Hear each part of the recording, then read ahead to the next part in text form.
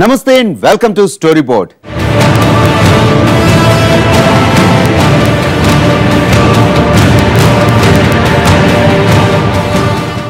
అక్కడ ఆ చంద్రుడు ఇక్కడ ఈ చంద్రుడు ఇద్దరు ముఖ్యమంత్రులయ్యాక తెలుగు రాష్ట్రాలు రెండు అభివృద్ధిలో పోటీ పడతాయని అంతా అనుకున్నారు. కానీ ఏడాది తర్వాత ఇప్పుడు పరిస్థితి చూస్తుంటే ప్రజలకు దిమ్మ తిరుగుతోంది. ఎన్నో ఆశలతో ఇద్దరు చంద్రుల్ని గెలిపించిన ప్రజలకు వారిద్దరి మధ్య కొనసాగుతున్న పవర్ వార్ అవాక్కయ్యేలా చేస్తోంది.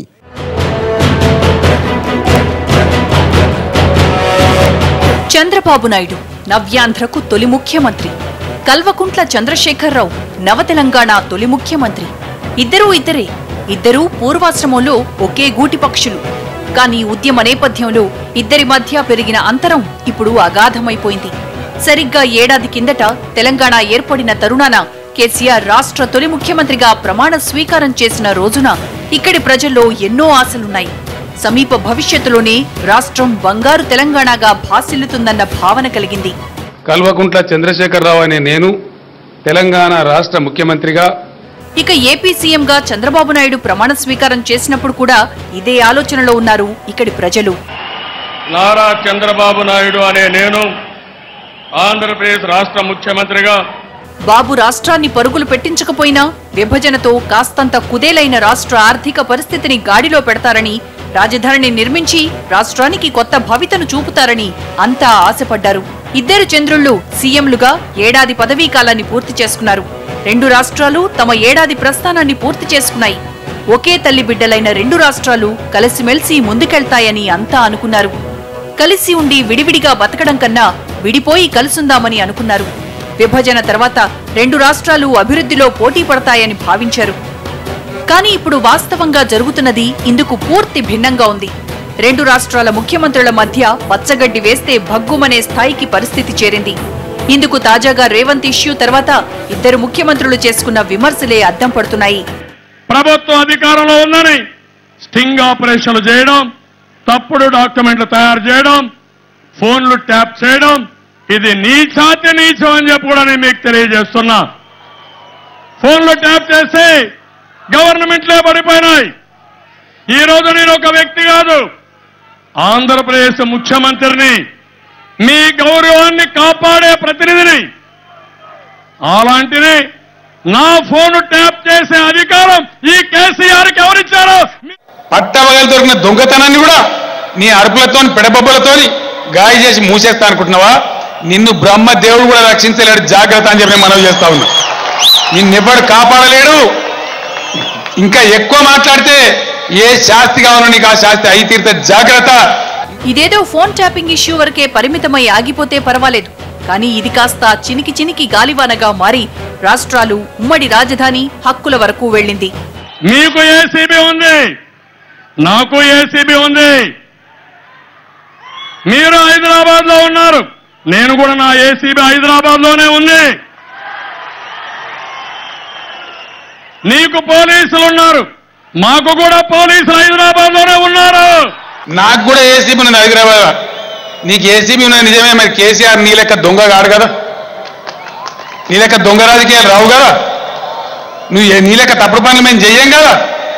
ఇలా ఇద్దరు రాష్ట్రాల ముఖ్యమంత్రుల మధ్య పోటీ కాస్త పోరాటంగా మారిపోయింది.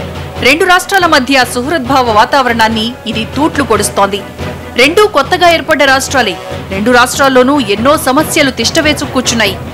ఇప్పుడు మొదలుపెట్టినా వాటిని పూర్తి చేయడానికి చాలా ఏళ్లు పడుతుంది. అవన్నీ పక్కన పెట్టేసి ఇద్దరు సీఎంలు రాజకీయ యుద్ధానికే కత్తులు నూరుకుంటున్నారు. ఇద్దరు సీఎంల మధ్య సుహృద్భావంగా ఉండాల్సిన వాతావరణం ఇప్పుడు సమరానికి సై అన్నట్లుగా మారిపోయింది.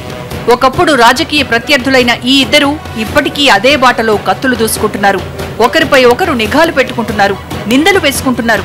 ఇవన్నీ ప్రజల్ని అయోమయానికి గురిచేస్తున్నాయి. అభివృద్ధి మీద ఆందోళనను రేకెత్తిస్తున్నాయి. అభివృద్ధిలో పోటీ పడాల్సిన అమాత్యులిద్దరూ ఇలా బలాబలాలు నిరూపించుకునే పనిలో నిమగ్నమైపోతుంటే ప్రజలు ఏం చెయ్యాలో అర్థం కాక తలలు పట్టుకుంటున్నారు. ఆంధ్రప్రదేశ్ రాష్ట్ర పునర్వ్యవస్థీకరణ చట్టం ఆంధ్రప్రదేశ్కు, తెలంగాణకు కొన్ని నిర్దిష్టమైన వాగ్దానాలు చేసింది. ఈ ఏడాది పాలనలో కేంద్రం ఈ వాగ్దానాలను నెరవేర్చిన పాపాన పోలేదు. వీటిపైన సమిష్టిగా పోరాడాల్సిన రెండు రాష్ట్రాలు ఇవాళ పరస్పరం కలహించుకుంటున్నాయి. అందులో ముఖ్యంగా రాజకీయ విభేదాల వల్ల కలహించుకునే పరిస్థితి వచ్చింది. ఆంధ్రప్రదేశ్లో అధికారంలో ఉన్న తెలుగుదేశం, తెలంగాణలో అధికారంలో టీఆర్ఎస్ల మధ్య ఉండేటువంటి ఒక రాజకీయ పోరాటం, ఒక రాజకీయ సమరం రెండు రాష్ట్రాల ప్రజల ప్రయోజనాలపైన ఇలా విఘాతాన్ని కలిగించేటువంటి స్థితికి చేరాయి. వాస్తవానికి రెండు రాష్ట్రాల ప్రజలు ఇద్దరు సీఎంల మీద ఎన్నో ఆశలు పెట్టుకున్నారు. ఇద్దరూ తమకు ఏదో చేస్తారని ఆశపడ్డారు. తమ బతుకులు మారిపోతాయని కలలు కన్నారు. కానీ ఏడాది కాలంలో జరిగిన మంచి గురించి లెక్కలేసుకుంటే రెండు రాష్ట్రాల ప్రజలకు మిగిలింది నిరాశే.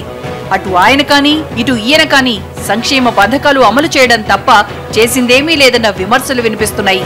కానీ ఈ ఏడాది కాలంలో ఒకరిపై ఒకరు చేసుకున్న విమర్శలు కానీ, రాజకీయ ఎత్తుగడలు కానీ, పన్నిన రహస్య కుట్రలు కానీ చూస్తుంటే ఇద్దరి మధ్య యుద్ధం ఏ స్థాయిలో సాగుతుందో అర్థమవుతోంది. రాజకీయంగా లబ్ధి పొందడం కోసం ప్రజల్లో విభజనలు సృష్టించి విద్వేషాలను పెంచి దాన్ని రాజకీయంగా మార్చుకోవడం చాలా తేలికనే స్వభావం దేశం అంతటా వచ్చింది.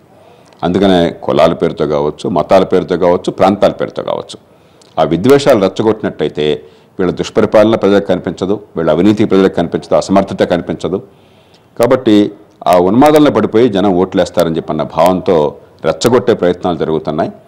ఇది రాష్ట్ర విభజన ముందు జరిగితే అదో రకం, మంచో చెడో కొన్ని ఉద్యమాలు జరిగినాయి, దానిలో భాగంగా పొరపాటున జరిగింది అనుకోవచ్చు. కానీ ఇప్పుడు జరగడం అనేది చాలా పొరపాటు, తెలుగు ప్రజలకు చాలా నష్టం అవుతుంది. కాబట్టి రెండు రాష్ట్రాలు ఒకళ్ళ మంచి ఇంకొకళ్ళకి నష్టం కాదు, ఇద్దరి ప్రయోజనాలను కూడా నెరవేర్చేందుకు, ఇద్దరి భవిష్యత్తు బాగు చేసేందుకు అవసరం ఉంది, మార్గం ఉంది. ఇటు కొత్తగా ఏర్పడ్డ తెలంగాణ ప్రజలు కానీ, అటు రాజధాని లేని రాష్ట్రంగా నడక మొదలుపెట్టిన ఏపీ ప్రజలు కానీ తమ ముఖ్యమంత్రుల మీద అంతులేని భరోసా పెట్టుకున్నారు. వారు సీఎంలుగా ప్రమాణ స్వీకారాలు చేశాక తమ బతుకులు మారిపోతాయని, తమ జీవితాల్లో కష్టాలు పారిపోతాయని సంబరపడ్డారు. అక్కడ ఆ చంద్రుడు, ఇక్కడ ఈ చంద్రుడు తమ జీవితాల్లో కొత్త వెలుగులు నింపుతారని ఆనందపడ్డారు. కానీ ఏడాది తర్వాత ఇప్పుడు చూస్తే ఇక తాము ఆశపడ్డది ఎంత వాస్తవమో వాళ్లకు కళ్లకు కట్టినట్లు కనిపిస్తోంది. స్టోరీ బోర్డులో ఇప్పుడు షార్ట్ బ్రేక్